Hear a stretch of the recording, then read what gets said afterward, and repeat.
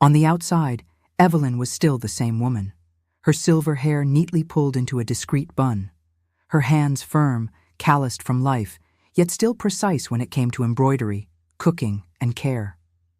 The calm steps of someone who had learned not to make too much noise. But on the inside, Evelyn felt like she was disappearing. Not all at once, not like someone turning off the lights. Vanishing is a subtle process. It starts with silences where there used to be conversation, with doors closing before you even enter, invitations that stop coming, messages read but not answered, the empty chair at Sunday lunch. Evelyn felt like she was becoming a kind of shadow inside her own home. And the cruelest part, the shadow of the woman she had always been for others. She had given everything for Lauren, her only daughter. She traded her own dreams for security, applause for stability, career for presence. She was a single mother for years, then married a good man, by luck, and dedicated herself to building a home where no one needed to raise their voice. Evelyn always made sure to be the harbor, the embrace, the certainty. And now she was just another obligation on Lauren's calendar. "Mom, this week's impossible. We'll talk later?" came the rushed voice on the phone. Evelyn didn't even get to tell her about the doctor's visit or the tests. She didn't want to bother. Lauren was busy. She had a brilliant career, 2 small children, a husband who traveled often for work. Evelyn understood. She had always understood. She had been trained for this, to comprehend, to yield, to wait. But lately, something inside her had begun to want more. Not forced attention, not pity, but space, existence. That was when Lauren invited her, or rather informed her, that Evelyn would be spending some time at their house. "It's just for a few weeks, Mom. Until we finish the renovations. It'll be good for you. The kids will love it." But Evelyn knew. She knew it was because Lauren and Eric didn't want to leave her alone after the surgery, because they didn't trust that she would manage. Because now she was fragile, a concern, an expense. I wasn't a visit. I was an obligation disguised as affection. On the first day at her daughter's house, Evelyn already noticed the small, invisible barriers. The way Eric furrowed his brow when she spoke too loudly, the exchanged glances between him and Lauren during dinner, the condescending tone with which they explained how the TV worked, or how to use the grocery store app. Evelyn listened, agreed, smiled, but inside, a part of her screamed, a part that remembered who she had been. Today, at 58, Evelyn was once an award-winning teacher, a community leader, a respected counselor at her church, a woman with strong opinions, sharp humor, and a voice that had once moved mountains, even if no one seemed to remember anymore. That night, alone in the small guest room, Evelyn opened a drawer and found an old notebook. It was Lauren's, from her college days. It was filled with notes, doodles, dreams written in red ink and youthful boldness. She flipped through the pages, with trembling fingers, and stopped at a sheet where her daughter had written, "Someday, I want to be like my mom. Strong, decisive, full of light." Evelyn closed her eyes. When did she stop being that woman? The following week, Evelyn tried to fit in. She helped in the kitchen, picked the kids up from school, folded clothes in secret just to feel like she was contributing. But every day, Lauren became more impatient, Eric more absent, and the grandchildren so engrossed in their screens that they barely noticed their grandmother's presence. Evelyn started walking alone in the late afternoon through the tree-lined streets of the neighborhood.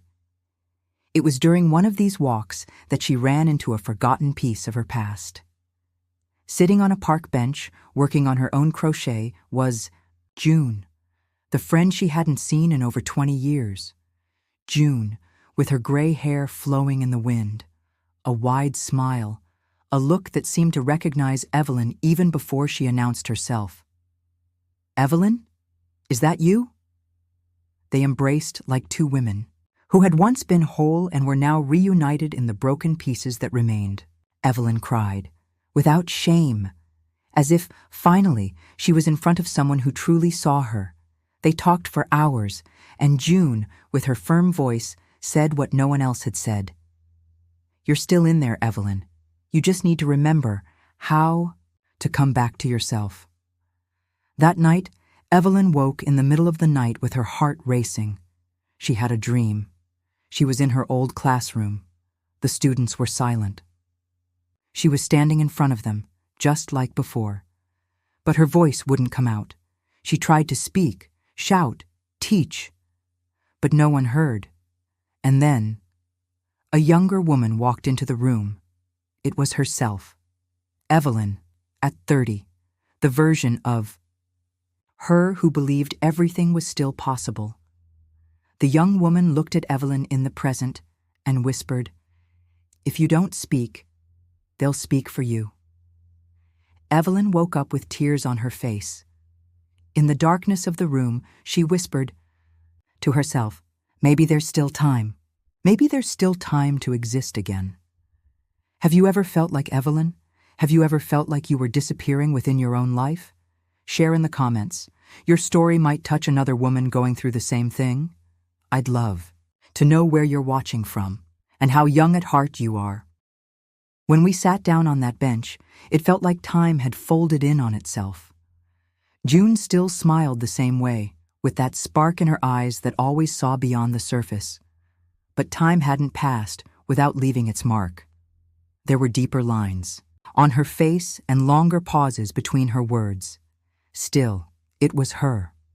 It was my best friend June, the one person in the world who had truly understood me since we were kids. "I thought you'd moved away," she said, fiddling with the scarf tied around her neck like she used to when she was nervous. "I thought you were dead," I replied with a half smile, trying to mask the sting of all those missing years. She laughed, and I laughed too. But it wasn't exactly funny.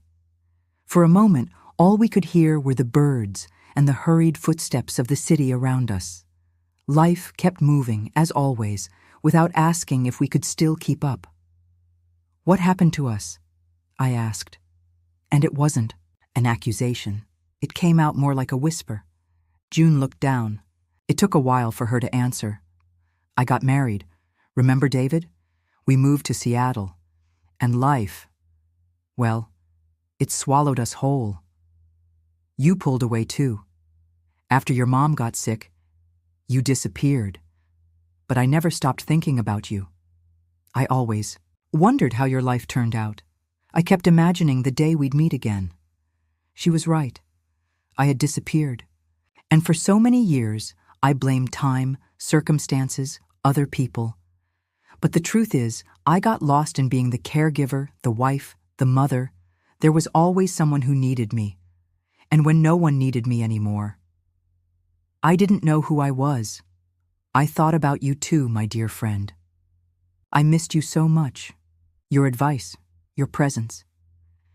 "Do you think there's still time for us?" I asked, almost without thinking. She took my hand, just like she used to 40 years ago. So natural, so warm. "I never left, Evelyn. I've just been waiting for you to come back to yourself." That sentence echoed in my mind for days afterward. Come back to yourself. It sounded simple, but where exactly was that place? We met again a few more times that same week. We had coffee at an old bookstore, just like the old days. She told me about David. He passed away 5 years ago. And how hard it had been to rebuild her life. She worked as a librarian for decades. She lived alone now, with a cat named Virginia Woolf. I laughed out loud at that, but I also found out that June had ovarian cancer. She was in remission. She wore a beautiful, flowery scarf and said it was for vanity, but I knew better. It was fear and courage. Sometimes I feel like a blur, Evelyn, a rough sketch of who I used to be. But every time you show up, it's like I remember who I was and who I might still become. I don't know how to explain what she started to awaken in me.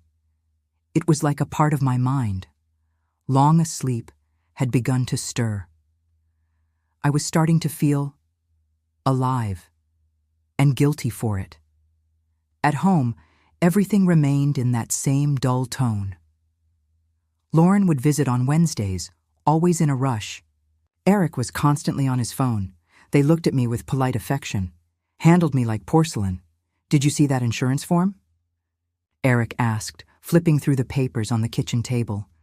"Yes, I did. I left it on top of the fridge, right next to my unfulfilled dreams." He laughed awkwardly. "Didn't get it." And Lauren, well, she just changed the subject. She always does. I was the available grandmother, the cordial ex-wife, the quiet mother, the agreeable mother-in-law. I was useful as long as I stayed silent, but after reconnecting with June, something in me started to push back. One night, I pulled out the old diary I started when I was 15. It was in a box in the closet, along with letters, photos, and a cassette tape where June and I recorded poems. Yes, we did that. Ridiculous and beautiful. I sat on the bed, under the warm yellow light of the nightstand lamp, and started reading. I was moved by the words I once wrote, by the strength of that girl. She had too many dreams to fit inside any box.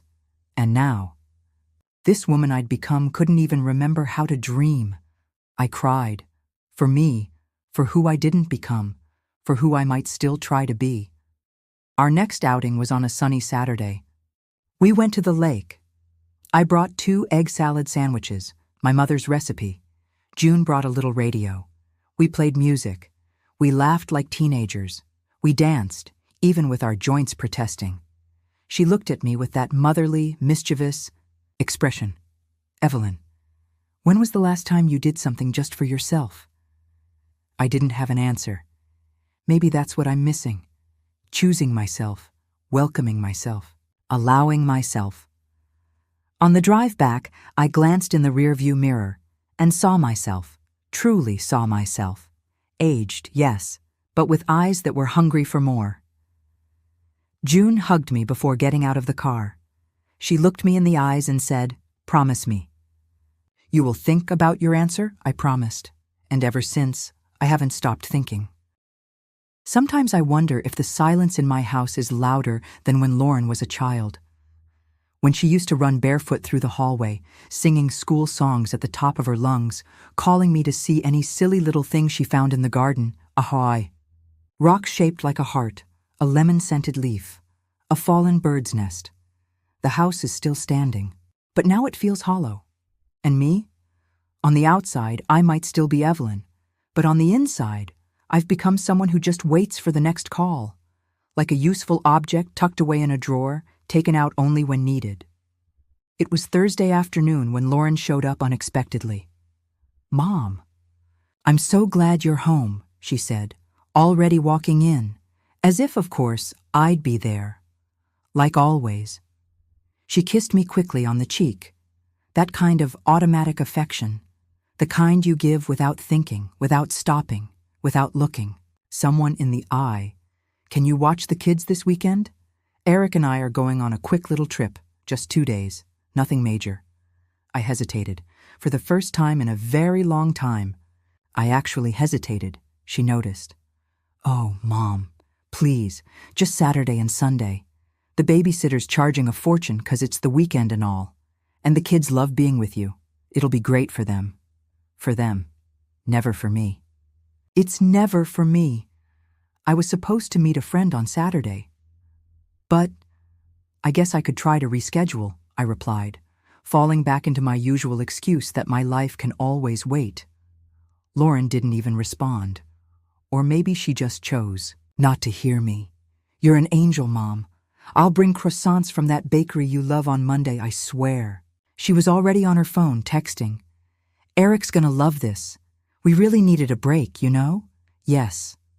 I knew. They're always the ones who need something. They dropped off the kids Friday night. Quick kisses. Backpacks tossed onto the couch. A note with instructions, as if I didn't know how to care for my own grandchildren. And the promise they'd call Saturday night. They didn't. Not Saturday, not Sunday during the day either. The kids were sweet. They fell asleep early, hugged me tight before bed, made me laugh with silly little things. I even found myself making up bedtime stories, just like I used to for Lauren. But inside, my heart wasn't all there. It was like I was on autopilot. Doing what I always do, provide, care, fill up everyone else's space. And in the end, be left with my own space. Empty. By Sunday afternoon, when they returned, Eric didn't even get out of the car. Lauren rushed in, grabbed the backpacks. The jackets gave me one of those air kisses and said, "Thanks, Mom. I'll call you. This week's going to be insane, okay?" And she left. She didn't even look me in the eyes. Didn't ask if I'd slept well. Didn't mention the kids. Didn't bring the croissants. I stood at the door, holding the blanket I'd used to cover, the little one on the couch, looked around the living room, still scattered with toys, cookie crumbs on the rug, and I felt used, not like a present grandmother. More like a convenience, a weekend discount. I slowly sat on the couch and cried, not out of anger, not out of exhaustion, out of hurt. Because this wasn't what I had dreamed, not for myself, not for Lauren. I didn't raise my daughter just to become a stranger who only shows up when she needs something, but somehow we got lost, and I let it happen. I settled into the role of the helpful mom until I forgot what it was like to just be a mom. Later that night, with the house silent once again, I took a shower, put on my robe, made a cup of chamomile tea, and sat by the window, staring out at the street. I felt so small. Like every part of my life had been cut into pieces and handed out. One piece for Lauren, another for Eric, many more for the grandkids, for neighbors, for the world. And what was left wasn't even enough to remember who I once was. Then the phone rang. I looked at the screen. June, I took a deep breath before answering. "Evelyn, are you busy?" Her voice was soft, steady, like a hand on your shoulder just as the ground beneath you starts to give way. "No." "Go ahead." She hesitated. "I know you're not expecting this. But just hear me out, okay? I have an idea. One that might sound crazy at first, but maybe it's exactly what we need." I stayed quiet, just listening to her breathe on the other end of the line. "Can you trust me?" I closed my eyes. That kind of question, it stirs something deep. I didn't know what she was about to say, but in that moment, I felt it. Something inside me was about to change. "A retreat?" My voice came out low and raspy. I was still sitting on the couch, clutching the warm mug of tea in both hands. On the other end of the line, June seemed to hesitate, as if she felt the weight of every word she was about to say. "Yes. It's in an old house, out in the hills. There are lakes and trails, but it's not one of those yoga or meditation retreats. Nothing like that. It's a small group of women, all over 50, all with stories no one's really taken the time to hear. The idea is to breathe, to remember who we were before we became just what everyone else needed." I stayed silent. June continued, gently. "I went last year. It changed me. And the whole time, I kept thinking about you, about how you've always been so much more than you let show." My heart stumbled a little. More than I let show. That line struck me in a strange way. Like someone had finally noticed the part of me I'd locked away in a box with no key. An older Evelyn, a more alive one. "When would it be?" I asked, trying to sound casual, as if it wasn't something I secretly wanted with all my heart. 2 weeks from now. Just 5 days. Very simple. No luxury, but full of peace, and space, and listening. "Evelyn, you need a place where no one calls you just to fix something." I swallowed hard. 5 days. 5 days away from the routine. away from the obligations, away from the house where I spent my days cleaning things that didn't even get dirty anymore, away from the phone calls that only came when someone needed me, never when someone thought of me. I don't know, June. What if Lauren needs me? What if the kids get sick? What if— Evelyn, she interrupted gently, what if, for the first time, you weren't available? Her words just hung in the air, and then they stayed with me, like a song that loops in your head. What if, for the first time, I wasn't available? After we hung up, I walked through the house in silence. I touched the walls, the photos, the furniture.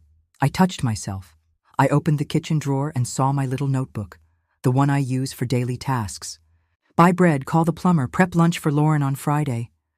And I wondered, is there room in here to write down something I want? I didn't even know how to answer that anymore. The next morning, Lauren stopped by with the kids. Just a quick visit, an hour max. Mom, can I leave them with you while I run to the salon real quick? I swear I won't be long. I nodded. I couldn't even tell anymore if it was out of choice or reflex. The kids played on the living room rug. I sat there, eyes on them.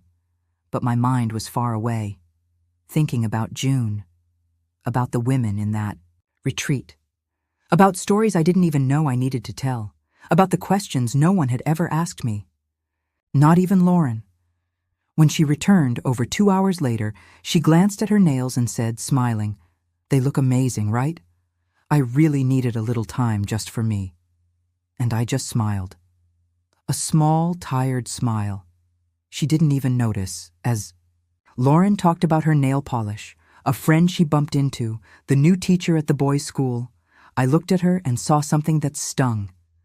My daughter never asked me how I was. She always knew where I was. But never how. And that Sunday night, after they left and the house sank back into its usual silence, I sat at the table with a blank sheet of paper and wrote a list. Things I forgot about myself. My favorite food. The scent that soothed me. The song that makes me dance alone. The book I never finished. The last time I went somewhere without asking for permission. The last time someone called just to ask how I was doing. The list grew. And with it, a quiet sadness. But also, a stirring. I called June. I want to go. She didn't say anything for a few seconds. Then her voice came through, soft and full of joy. It's going to be good for you, Evelyn.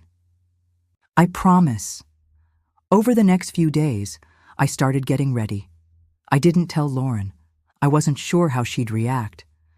Part of me was afraid she'd do exactly what I expected, make me feel guilty. Another part, the one buried deeper, wanted to see, just see, if she'd notice that I also needed attention. Care, permission to live.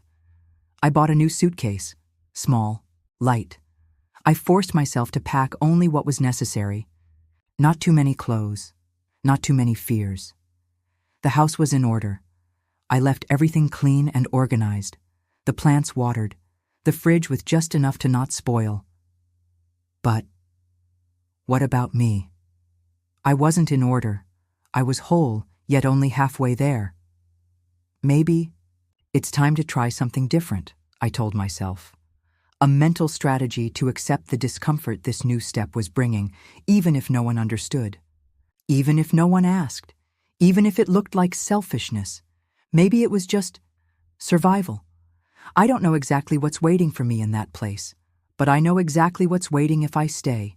And maybe, just maybe, that's reason enough to go. The night before the trip, I'll admit, I almost backed out. I barely slept. My heart was restless, my mind racing. I wandered around the house in silence, tidying things that were already tidy. Over and over in my head, I rehearsed excuses to call June and cancel. A headache, an unexpected errand, a simple, maybe another time. I touched the old picture frames on the shelf, ran my hand over the armrest of the chair where I'd dozed off so many times after taking care of the boys. Every corner of that house seemed to look back at me asking, "Are you really going to do this? Are you finally thinking about yourself?" I felt guilty. Of course I did. Guilt is the invisible backpack we start carrying the first time someone calls us mom. And even after the kids grow up, it never gets any lighter. It just changes shape. But this time, something was different. A kind of tiredness that wasn't physical. It was in my soul. The exhaustion of someone who spent years folding herself small to fit into everyone else's expectations. I knew that if I didn't go now, I might never go. Then the next morning came. Calm. With that kind of sunlight that feels like it's saying, "It's time." My bag was packed. June was already waiting in the car, just like we planned, and I had left a note for Lauren on the fridge. "Sweetheart, I'm taking a trip with a friend. I'll be back in a few days. Everything's fine. Love, Mom." But apparently, that wasn't enough. And then, the inevitable happened. Lauren showed up, completely unannounced, phone in hand, kids in the back seat, and that familiar tone, in her voice that always came before a favor, disguised as a question. "Mom, I really need you this weekend." I took a deep breath. My heart already knew where this was going. "What's going on?" I asked, trying not to sound too firm. She gave me a forced smile, the kind you give when you're hiding something. She walked in like she already knew. The answer would be yes, dropped the kids on the couch, took off her bag, and headed straight for the kitchen. We packed last minute. Eric found this amazing resort deal, beachfront. There's childcare, but only for kids over 7. So of course I thought of you, just for the weekend. You love being with them, right? It hit me like a velvet-gloved slap. Yes, I love them. My grandkids are my joy, but love doesn't mean I'm always available. "Lauren." "I can't," I said, firmly. Even I was surprised by how steady my voice sounded, like I was hearing myself. For the first time, she stopped rummaging through the cabinet and stared at me like I had just spoken a foreign language. "What do you mean you can't?" "It's just until Sunday night. I already have plans." "Plans? You?" "I'm going on a trip, with a friend, a retreat." She laughed, but it wasn't joyful, more like confused. "Wait, a spiritual retreat? Like with a church?" "Not exactly. But I know it's something I need. I have to go." "And when were you going to tell me?" "I thought I could count on you."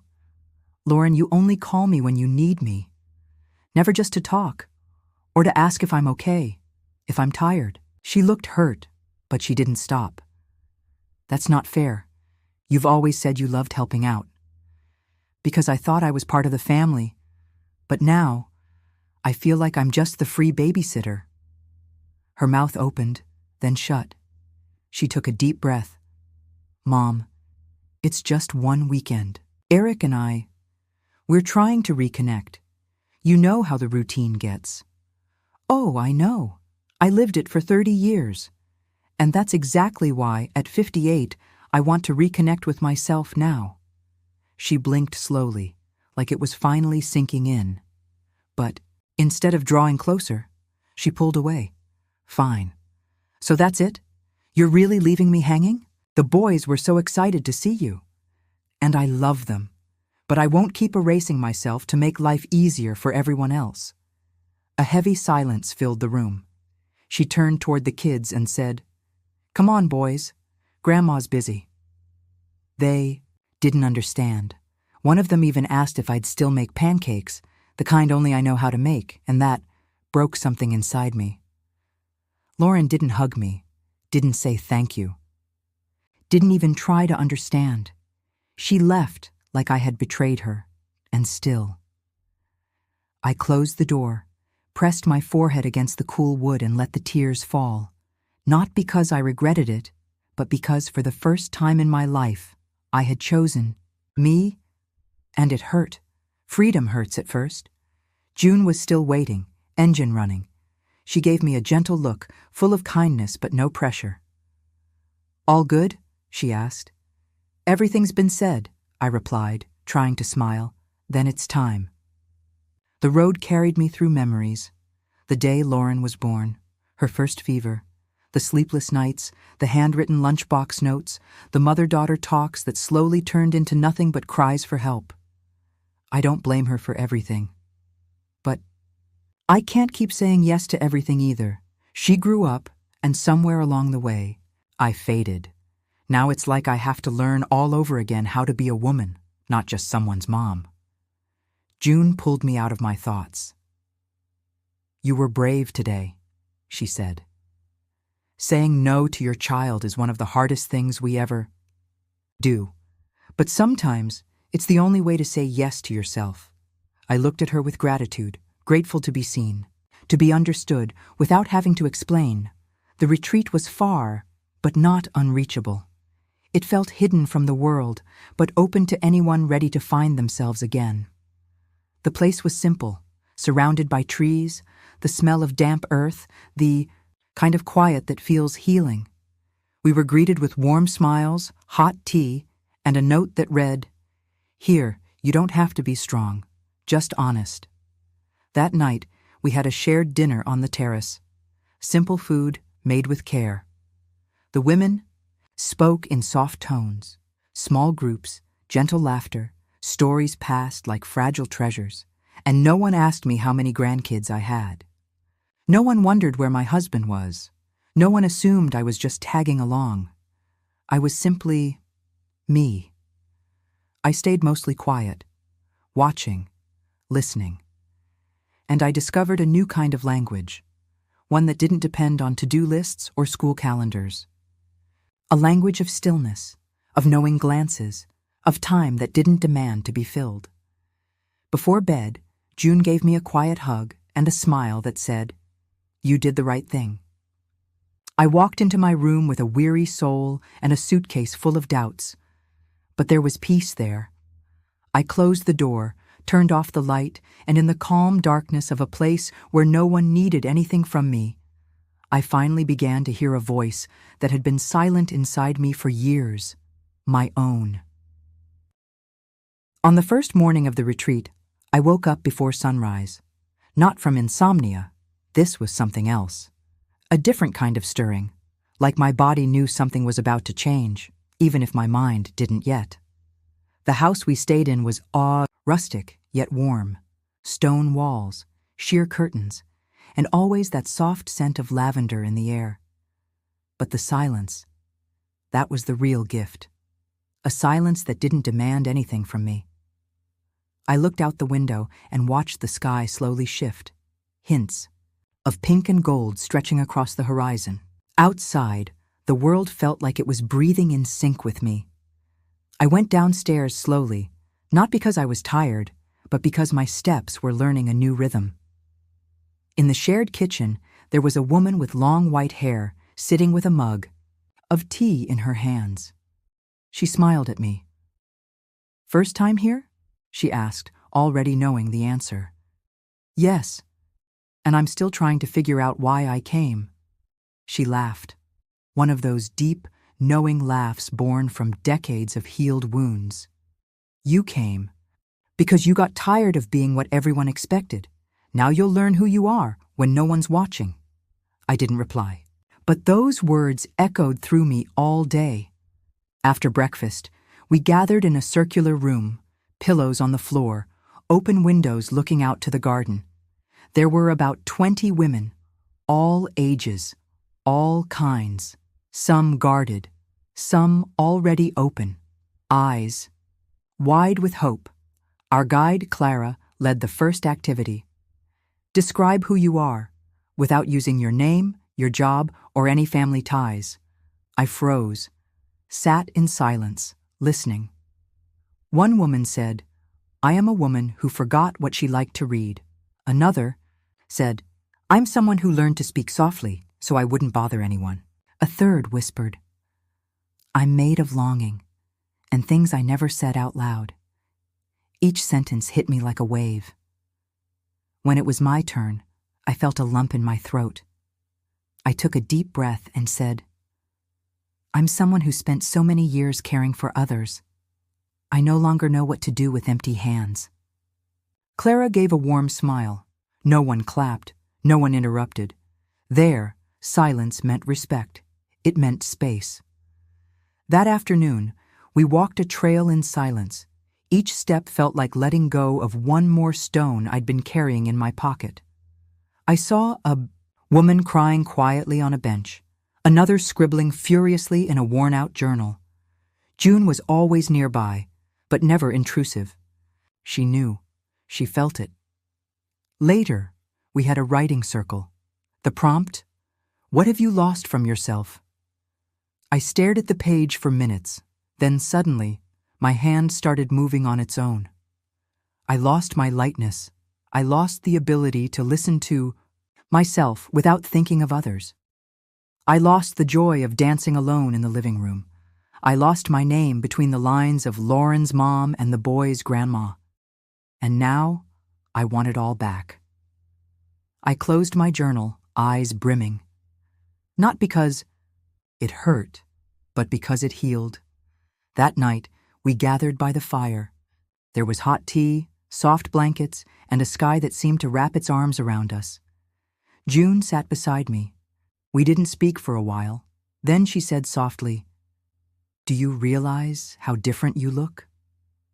"In just 2 days?" I asked. "Evelyn, you arrived. Here faded, dull, your eyes were lost. Now you've got color again." Color? Yes, the color of someone who stopped asking permission to live. I didn't say a word, because she was right. I looked inward, and something had shifted. The next morning, I had a dream. I was in an old house full of mirrors, and in each mirror, I saw a different version of myself. A child, a young woman, tired, in love, alone, laughing, crying. But the last mirror was covered in a white sheet.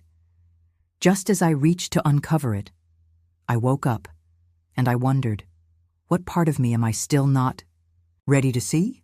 On the second to last day of the retreat, we had a sharing exercise. We were asked to write a letter to ourselves 5 years ago, then read it out loud.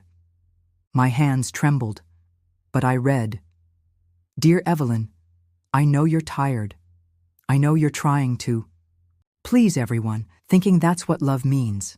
But listen, you have worth, even when you're not pouring coffee, even when you don't have the answers, even when you're crying alone in the car, you're still there. And you're going to find yourself again. With more wrinkles, maybe, but with so much more courage." When I finished, some women were crying. So was I. June gripped my hand tightly, and for the first time in a long time, I allowed myself to feel proud of who I was becoming. On our last night, we didn't speak. None of us. No words. Just presence. The fire crackled softly. The wind moved through the trees, and I felt, fully, finally, like I was exactly where I was meant to be. The next morning, we packed our bags. June handed me a silver necklace with a tiny green stone. It was my mother's. I want you to have it now. She, too, took a long time to remember herself. I don't know if I deserve it. You do, Evelyn, and so much more. Before I left, I wrote something on a small piece of paper and pinned it to the retreat's message board. It's not selfishness, it's reclamation. I went back home lighter, with less urgency, and with a quiet courage that clung to me like a new perfume. The road back is the same, but I am not. And now, I want to see how far I can go without losing myself again. On Sunday evening, the sky was clear, but the air carried a kind of tension I couldn't explain. Lauren called, saying she wanted to talk. No kids, no Eric, just the two of us. I'll admit, my heart sank. I didn't know if this would be a fight, an apology, or something in between. She showed up dressed simply, but her eyes looked tired. We sat on the porch with 2 mugs of tea, just like we used to years ago. And for a moment, I almost forgot all the space that had grown between us. "Mom, I've been thinking a lot," she began, stirring the handle of her cup, avoiding my eyes. I know you've been upset, and you're right to be. I stayed quiet. I wanted to hear. I wanted to see if she finally saw me. I know I've been asking too much. Maybe without realizing how heavy it's been for you. It's just that, she sighed. The truth is, sometimes I feel like I'm drowning. And you're my life raft. And did it ever cross your mind that I might be drowning too? My voice came out firmer than I expected. Or that maybe I'm just trying to keep myself afloat? She looked at me, startled. She hadn't expected that. Maybe she still thought I was the same silent, always available mother. I'm not that woman anymore, Lauren, I said gently. I gave everything I had for years. I still love you and your boys. But now, I want to choose. I want to live the life I kept putting on hold. She shrank a little in her chair, like a child being corrected. I get it. Or at least, I'm trying to. It's just hard. Eric thinks you're overreacting, that you're pulling away. I'm not pulling away, I said. I'm coming back to myself. There's a difference. A heavy silence settled between us, the kind that says all the things words haven't figured out yet. I'm planning to go to the movies next week, alone, I said with a smile. I'm going to get popcorn, pick whatever movie I want, and afterwards, I'll treat myself to a cappuccino with ice cream, just like I used to before I married your father. She blinked, surprised. I also joined a travel group for women our age. I'm thinking about going to Santa Fe next month. Her eyebrows lifted in quiet shock. You're going on a trip? Yes, with friends. I met incredible women at the retreat. Some are divorced, some widowed, some just tired of being invisible. We share stories, we laugh. It's freeing. Lauren went quiet. For the first time, she seemed to see me, really see me. Not the 24/7 grandma, not the always-ready mom, but a woman who was learning to dream again. And the boys? She asked. They're your children, and you'll find a way. I'll help when I can, when I want to, when it's out of love, not obligation. She slowly nodded. I guess that's fair. It's just strange. You've always been the foundation of everything. And now I need to be my own foundation. The conversation ended with a hesitant hug.